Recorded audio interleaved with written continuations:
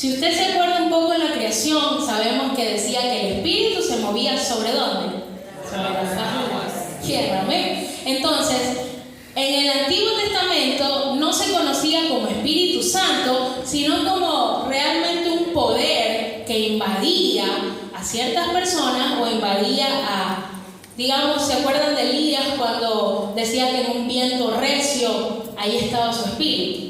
Entonces el espíritu no era conocido realmente como ahora nosotros lo tenemos, lo conocemos. Para los hebreos, el ruach era la presencia de un Dios personal que dialoga con los hombres. Ese era el espíritu en ese tiempo. La siguiente, por favor.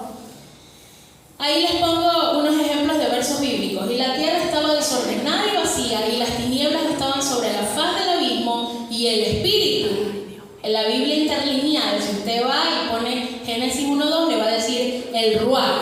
Vaya a averiguar usted. Se movía sobre la faz de las aguas. El siguiente versículo.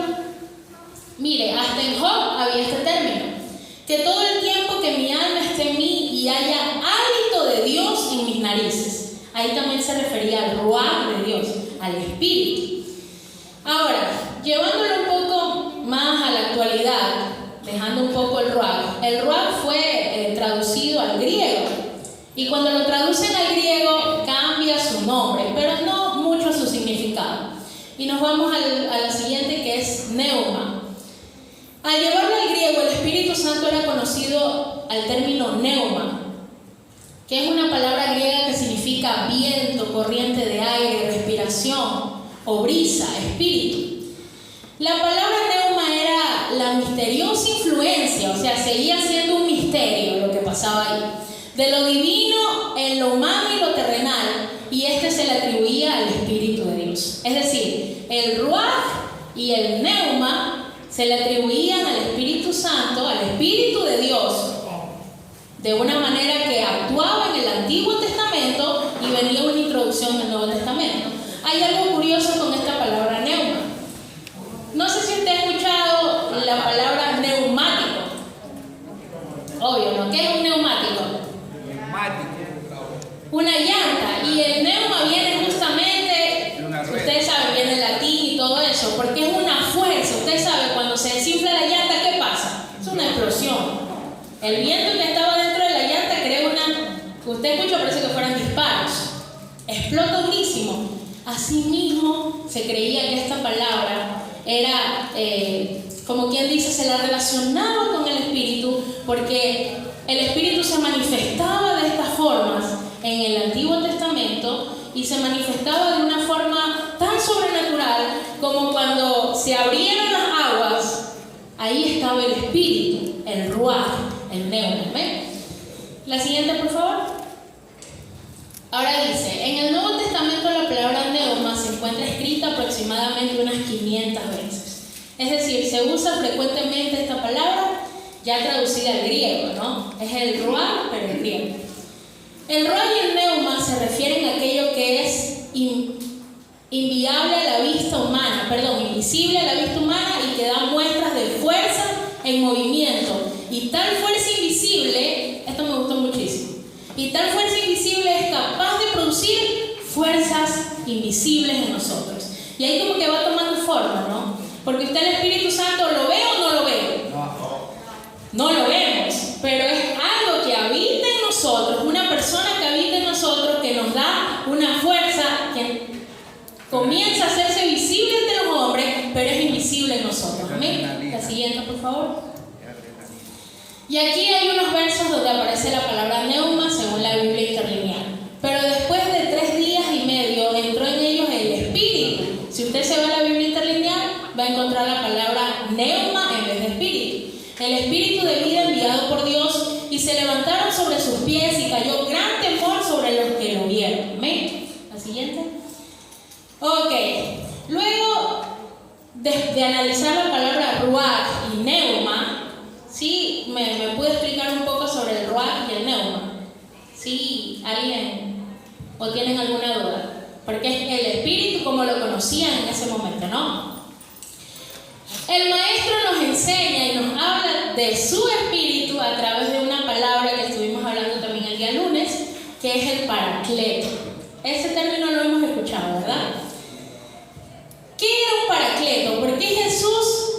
puso así al Espíritu Santo como un paracleto. ¿Será realmente que paracleto es el nombre del Espíritu Santo?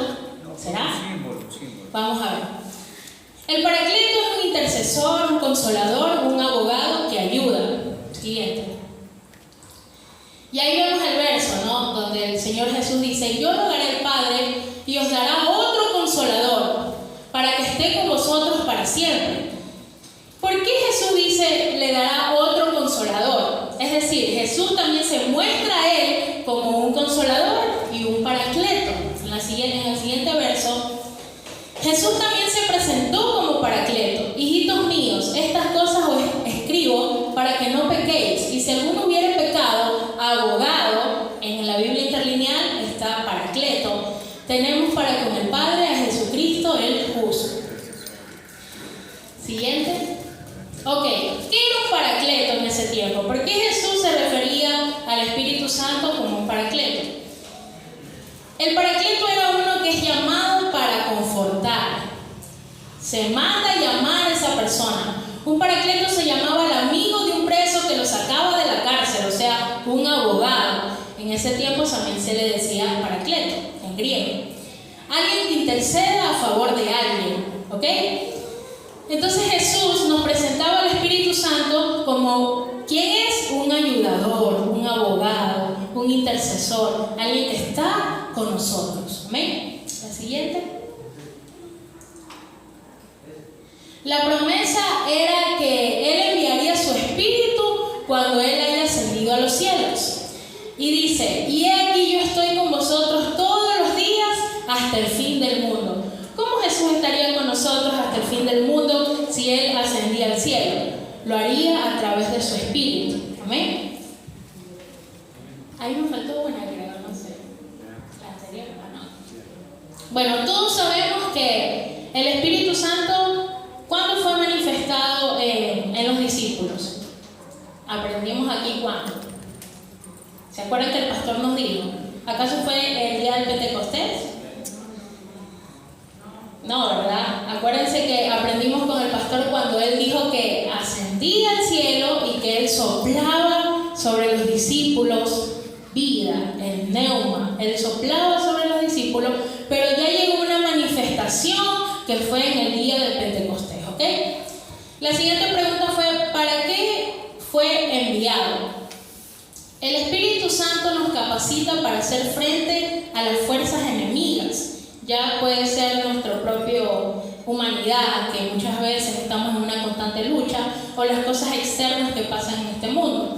Él nos alienta, nos da ánimo, nos infunde esperanza, nos consuela, nos envía a llevar a otros vida. El paracleto, el Espíritu Santo, es la presencia y el poder de Cristo resucitado. Amén. Jesús nunca se refirió al paracleto como les dejaré mi Espíritu Santo. Él solo dijo: les daré un consolador. Es decir, esta palabra que dice es la presencia y poder de Cristo resucitado, significa que Él dejó su presencia aquí en la tierra para nosotros. Y la última pregunta que tengo, que es la número 3: ¿para quién fue enviado? ¿Para quién usted cree que fue enviado el Espíritu Santo? ¿Para quién? Para todos. Para todos los hombres, pero hay una condición, ¿no? Que quieran reconocer a Jesús como su Salvador. En Juan 20:22, Jesús sopla el neuma sobre sus discípulos, esto es lo que él estaba hablando. Pero donde ellos recibieron el Espíritu Santo y su manifestación se hizo presente ante todos los hombres, ahí fue cuando se hizo presente el día del Pentecostés. Y si nosotros vemos en Hechos 1:8, en la Biblia interlineal, Hechos 1:8, que es un verso muy conocido, nosotros vamos a ver que en la Biblia interlineal habla del Paracletos, el que infunde aliento. Entonces, ¿quién es el Espíritu Santo? Es la presencia de Jesús manifestada en nosotros aquí en la tierra. Amén. En la anterior, porque es la otra.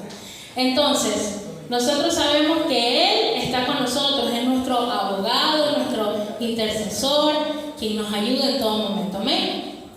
Y bueno, ahora sí dejo a mis otros compañeros de clase, el hermano Miguel, que continúa con la enseñanza. Miguel, por favor, pase adelante de toda.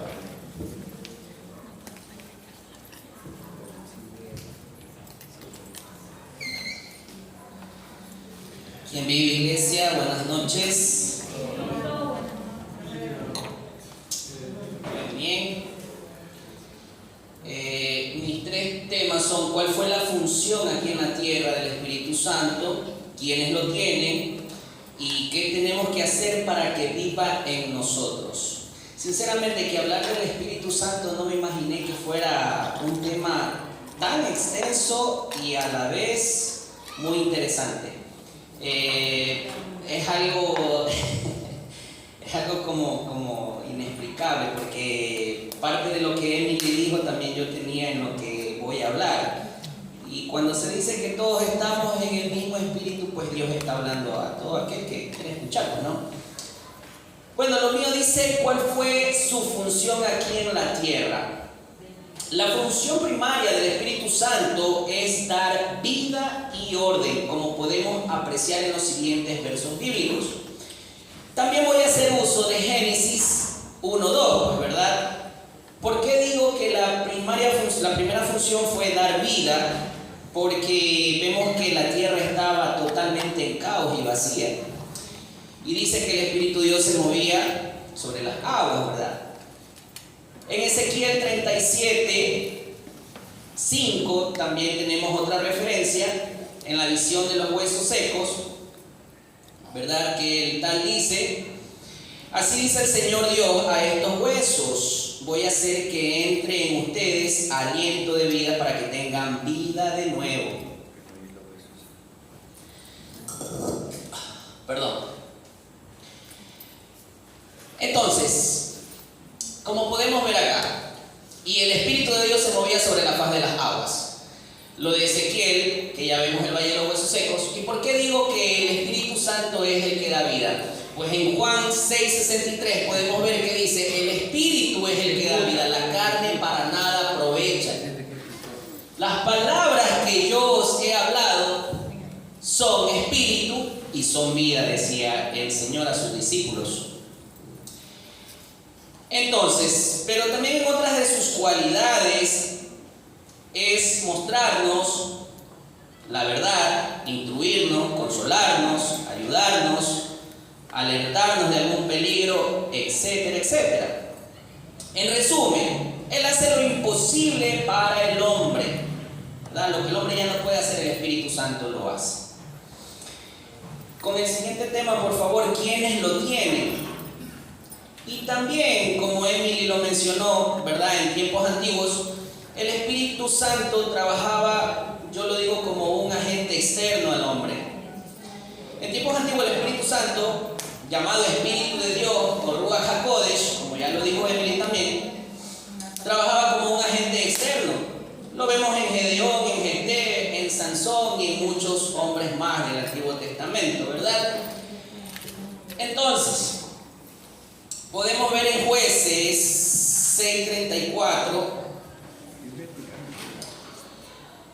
en Jueces 6:34 se nos dice: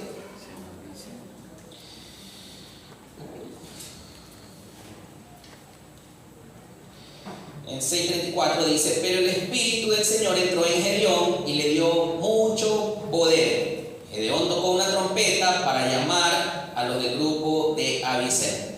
Ahí vemos que el Espíritu de Dios no estaba dentro de él, sino estaba de una manera fuera de él, pero actuaba de igual manera, ¿no? Y los que hemos estudiado la Biblia sabemos qué es lo que pasó con Gedeón. En Jueces 11:29, ¿verdad? Vemos a Jefté,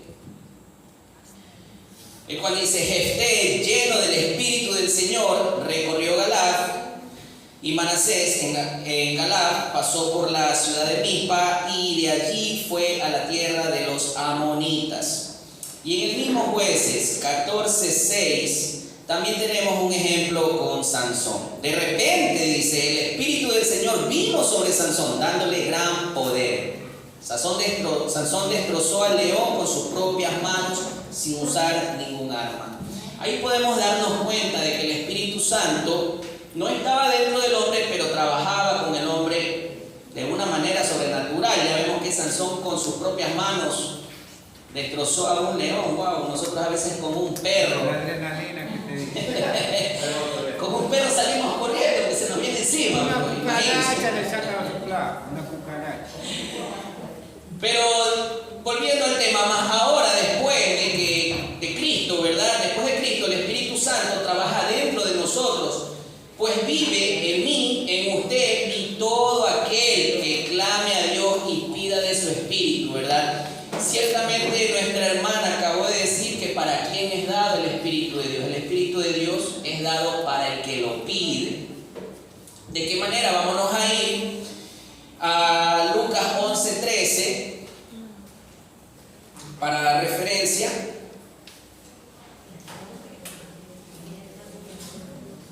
En Lucas 11:13 nos dice: pues si ustedes aún siendo malos, escuchen bien este versículo, pues si ustedes aún siendo malos saben cómo darles cosas buenas a sus hijos, imagínense cuánto más dispuesto estará su Padre Celestial a darles el Espíritu Santo a aquellos que le piden.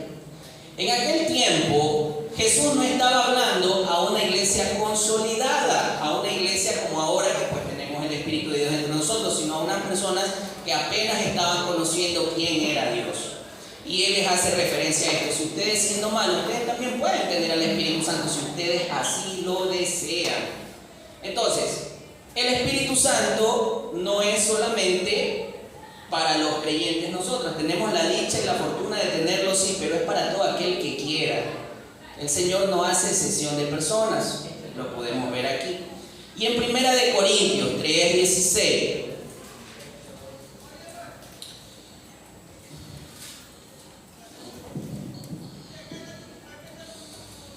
Primera de Corintios 3:16 nos dice lo siguiente: ustedes deberían saber que son templo de Dios y el Espíritu de Dios vive en ustedes. Esto ya es para todo aquel que ya camina con el Señor. Aquel que destruya el templo de Dios será destruido por Dios. El templo de Dios es santo, por eso ustedes también son santos. Imagínense, si nosotros no tenemos el Espíritu de Dios, nosotros estamos perdidos. Y seríamos, qué sé yo, tan malos como la gente que no conoce de Dios. Dice, por eso ustedes también son santos. Dice, no se engañen a ustedes mismos. Si alguno se cree sabio según la sabiduría de este mundo, primero hágase ignorante para ser verdaderamente sabio. Porque la sabiduría de este mundo es una tontería para Dios. Así está escrito. Dios atrapa a los sabios en la propia ingeniosidad de ellos, y además el Señor sabe que los pensamientos de los sabios no valen nada. Por eso nadie debe alabarse por seguir a un ser humano, pues todo es de ustedes. Imagínense, nos está dejando claro, y he hablado con muchas personas que en su propio criterio ellos dicen ser buenos, pero el Señor nos está diciendo que esa sabiduría humana no sirve de nada delante de Él. ¿Y por qué nosotros entonces sí valemos delante de Él? Porque el Espíritu de Dios habita en nosotros.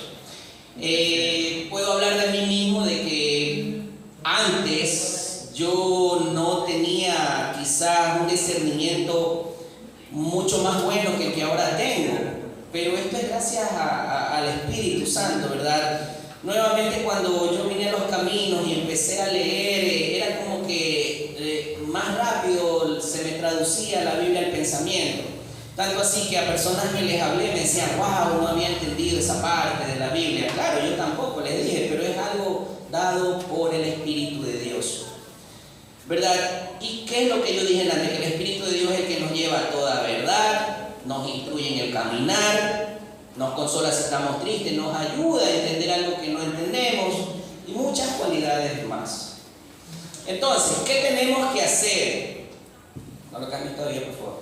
¿Qué tenemos que hacer para que viva en nosotros? Primero que nada, 5 maneras de saber si tienes al Espíritu Santo. ¿Sientes que entiendes mejor las maneras de Dios? Usted puede ponerse un punto a favor. ¿Evitas las tentaciones? Póngase otro punto a favor. ¿Sientes que te consuela cuando lo necesitas? Póngase otro punto a favor. ¿Te mantienes en comunicación con Dios? Póngase otro punto a favor. ¿Tienes sabiduría y entendimiento?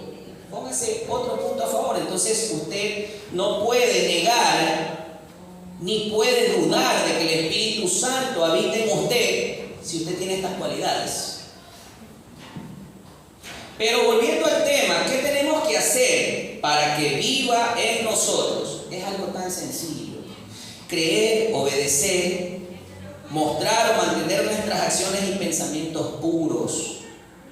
Y esto no es don de nosotros, sino don de Dios. Porque es el Espíritu quien nos confronta, quien nos redarguye, quien nos enseña, quien nos dirige, quien nos guía. Ya lo leímos en Romanos. Sabiduría humana no vale nada delante de Dios, ¿verdad? Entonces vamos a leer en Juan 14:10. Así cámbiale por favor. En Juan 14:10. ¿Qué dice Juanito? Tenemos aquí. ¿Cierto que tú crees que yo estoy en el Padre y que el Padre está en mí? Lo que yo les digo, no lo digo por mi propia cuenta. El Padre que está en mí hace sus propias obras. ¿Verdad? El Señor deja claro que lo que Él habló no lo habló de Él. Él habló lo que el Señor, el Todopoderoso, el Creador, le mandó a hablar. En Hechos 2, 38, 39, tenemos también que dice que tenemos que hacer para que viva en nosotros. Pedro nos deja bien claro algo. Cambien su manera de pensar y de vivir. Bautícese cada uno de ustedes en el nombre de Jesucristo. Así Dios les perdonará sus pecados y recibirán al Espíritu Santo como regalo.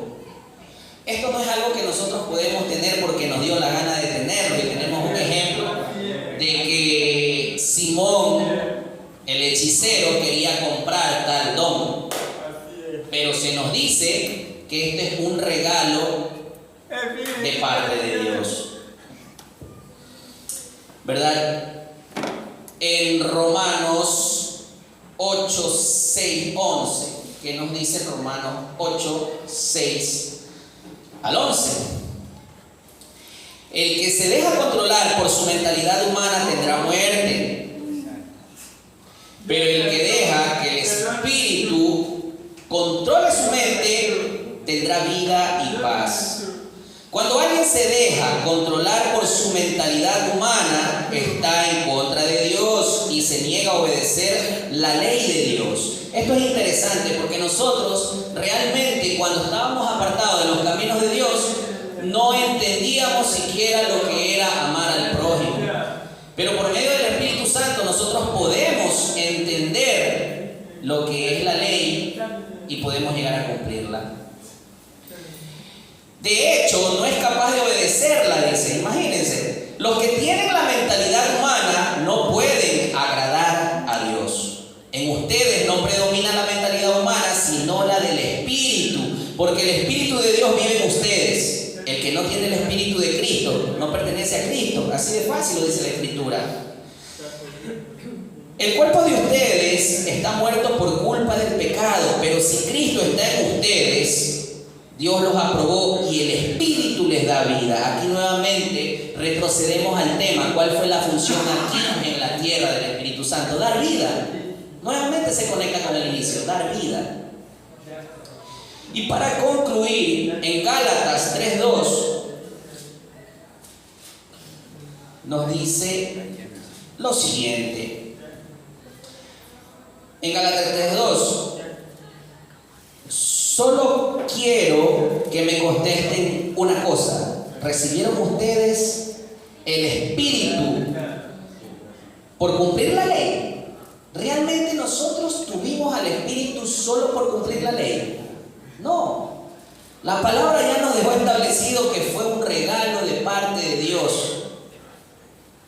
Y es una lástima que haya personas que piensen que por cumplir la ley o no robar o hacer cosas indebidas le estén agradando a Dios. Esto es lo que nos dice la palabra. Y viendo acá, ¿qué podemos hacer? Mantén siempre encendida la llama del Espíritu Santo dentro de ti. Sé lleno del Espíritu. Efesios 5:18 lo pueden anotar. Para poder ser llenos del Espíritu Santo, primero debemos vaciarnos de nosotros mismos. La palabra nos está diciendo bien claro que debemos desechar toda mentalidad humana que tenemos. Si nosotros no hacemos eso, el Espíritu no puede actuar en nosotros. En Efesios 5:18, como lo vemos aquí, no os embriaguéis con vino, en lo cual hay disolución. Antes, sed llenos del Espíritu, hablando entre vosotros con salmos, con himnos y cánticos espirituales, cantando y alabando al Señor en vuestros corazones, dando siempre gracias por todo al Dios y Padre en el nombre de nuestro Señor Jesucristo. ¿Por qué la imagen de la copa? Vemos que la copa se está llenando de agua. Créanme que ahorita yo me sentía con tanta sed que tuve que ir a buscar agua arriba, pero con una sed tan desesperada. Así es. Y es lo que representa aquí esta imagen, ¿verdad? Que nosotros, así como yo tuve esa sed de agua, también tengamos sed por el Espíritu Santo. Si queremos ser dirigidos y queremos que viva dentro de nosotros. Esa es la exposición que les dejo, mis hermanos. Espero sea de agrado para ustedes. Y doy paso a mi hermana Luisa. Así es. María Luisa. Dios bendiga, iglesia.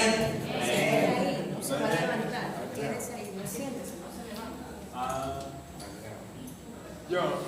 Sí, sentados. Gracias, tía. Así es. Así es. Que Dios me los bendiga, hermanos. Así es. Como siempre, yo me pongo nerviosa cuando voy con él. Al menos si me están con el tiempo. He tenido que cambiar varias veces.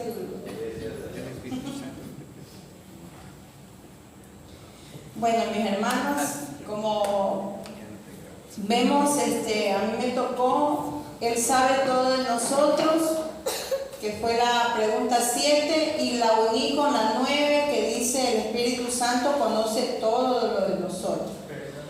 Él sabe todo de nosotros. Vamos a leer el Salmo 139 del 1 al 10. Dice: oh Jehová, tú me has examinado y conocido. Tú has conocido mi sentarme y mi levantarme. Has entendido desde lejos mis pensamientos. Has escudriñado mi andar y mi reposo. Y todos mis caminos te son conocidos. Pues aún no está la palabra en mi lengua, y he aquí, oh Jehová, tú la sabes toda. Detrás y delante me rodeaste, y sobre mí pusiste tu mano. Tal conocimiento es demasiado maravilloso para mí.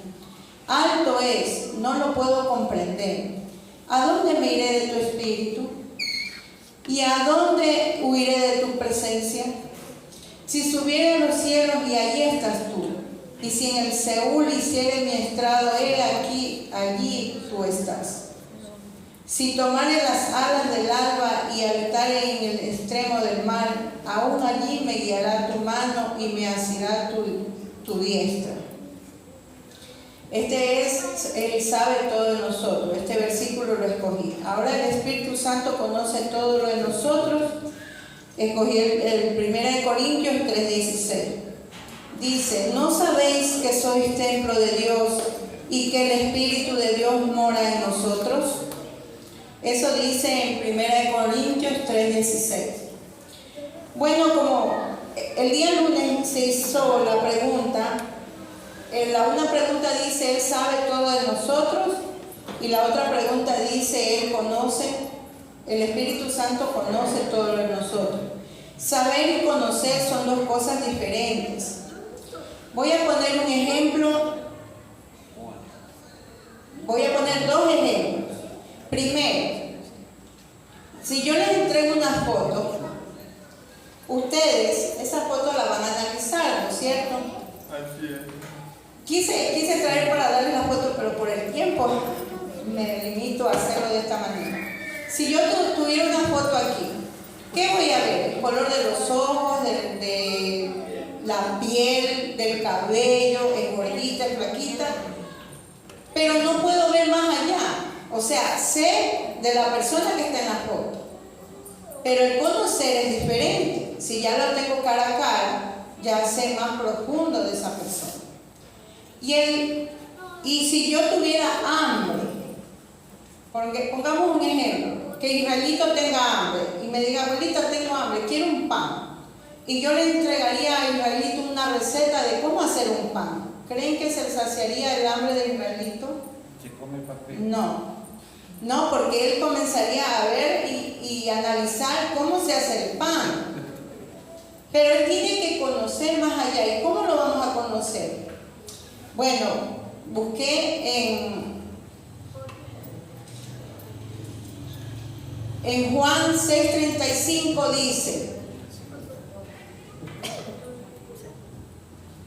en Juan 6:35 dice, Jesús le dijo, yo soy el pan de vida, el que a mí viene nunca tendrá hambre, y el que a mí viene nunca tendrá hambre, y el que en mí cree no tendrá sed jamás.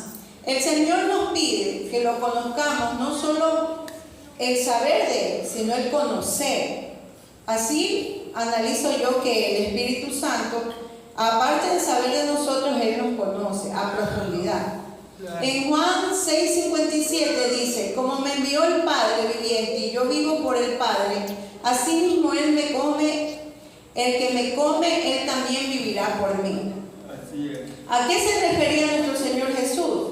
En Juan 6:63 dice, el Espíritu es el que da vida, la carne para nada aprovecha. Las palabras que yo he hablado son espíritu y son vida. Recibir el Espíritu y vida por medio de la oración. En Efesios 6:17-18 dice, y tomad el yelmo de la salvación y la espada del Espíritu, que es la palabra de Dios, orando en todo tiempo con toda perseverancia y súplica por todos los santos. Bueno, aquí cómo debo entender que el saber, nosotros si nos acercamos al Espíritu Santo, Él puede saber, pero si nosotros lo conocemos a profundidad, Él va a orar. El Señor dice que no solamente tenemos que entregar la receta o escudriñar la receta, tenemos que hacer varias cosas. Y una de esas, la principal, es orar, para que el Espíritu Santo pueda hacernos, revelarnos lo que está en la palabra. No podemos solo tener el conocimiento y sin poder escudriñar. Bueno, y esa es la pregunta de la número 7 y la número 8. Ahora la número 8 dice, el Espíritu Santo tiene sentimientos. Es la 8, sino que yo la uní la 7 con la 9 para... Sí, la 8 es, el Espíritu Santo tiene sentimientos. ¿Qué creen ustedes? ¿Tiene o no tiene sentimientos? Amén. Tiene sentimientos. Y tengo 3 ejemplos bíblicos.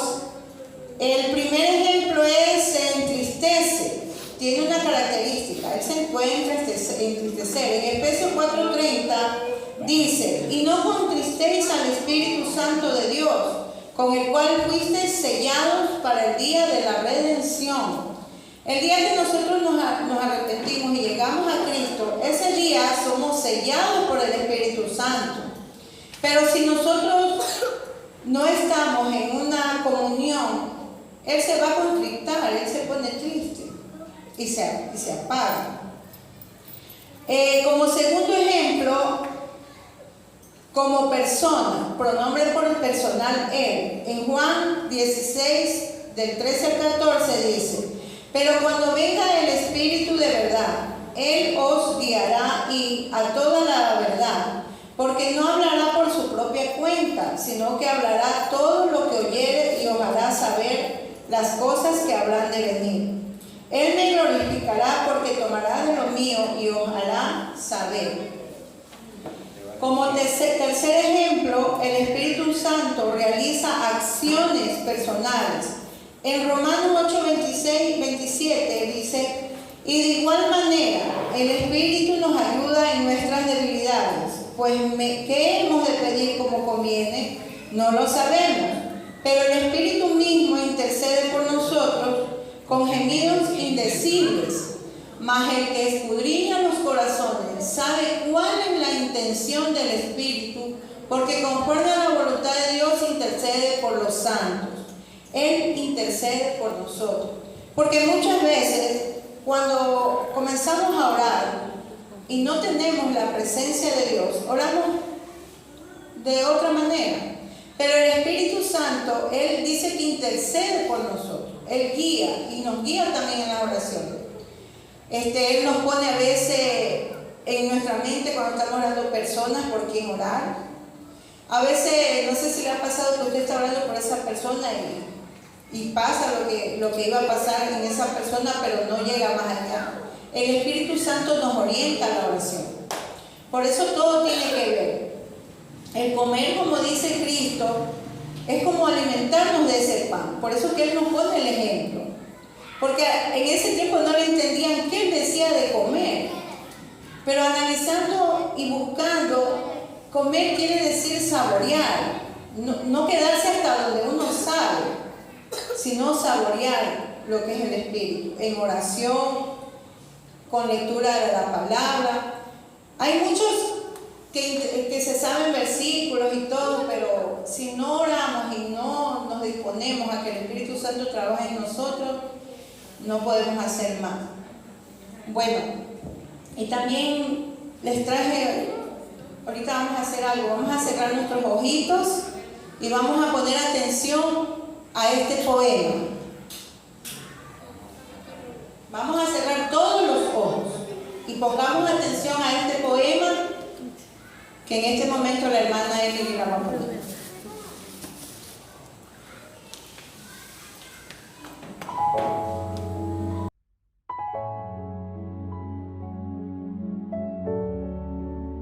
Líbrame.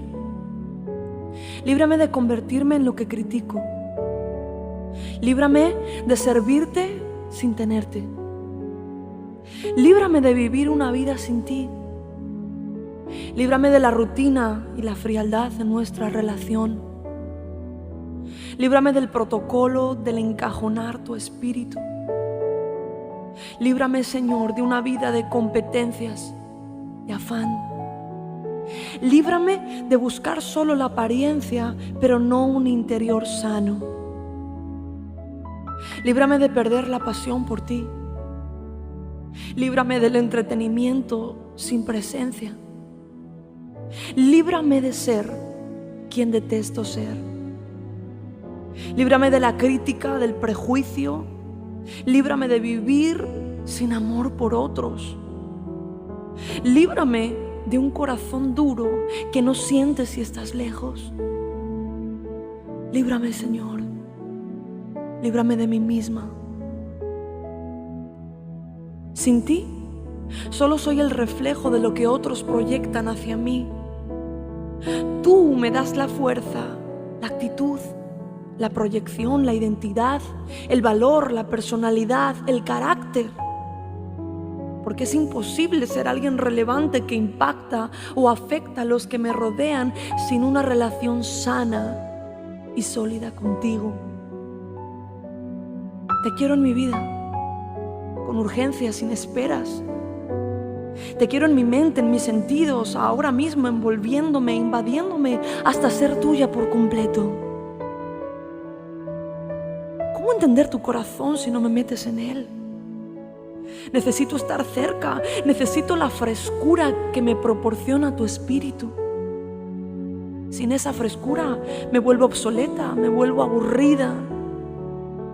Necesito ser real, ser verdadera, impartir lo que hablo, vivir lo que hablo y también vivir lo que canto. Dame hambre. Ese hambre que desespera, que debilita, que duele, provoca buscarte insaciablemente cada día, cada hora, cada momento. Dame de ese hambre que me provoca aún más hambre, porque si algo sé, es que cuanto más como de ti, más hambre tengo de ti. Mi espíritu hambriento se ensancha mientras más como para comer aún más. Bienaventurados, dice tu palabra, los que tienen hambre, porque estos serán saciados. Sáciame, Ven y dame mi porción diaria, la que me sustenta y me mantiene adicta a ti. Porque si hay algún vicio que quiero tener en mi vida, eres tú. Soy adicta a tu presencia, a tu fragancia, a tu palabra, a tu voz. No puedo vivir sin ti, me niego a vivir sin ti. Tú eres la vida, mi ser. Si soy, es por ti. Si valgo, es por ti. Si algo tengo, es por ti. Eterna e insuperable gracia por la que puedo hacer y ser lo que en mis fuerzas sería imposible. Tu gracia me sustenta, tu gracia me levanta, porque el esfuerzo humano no puede competir con tu gracia. Quiero tu gracia. Quiero lo que viene de ti.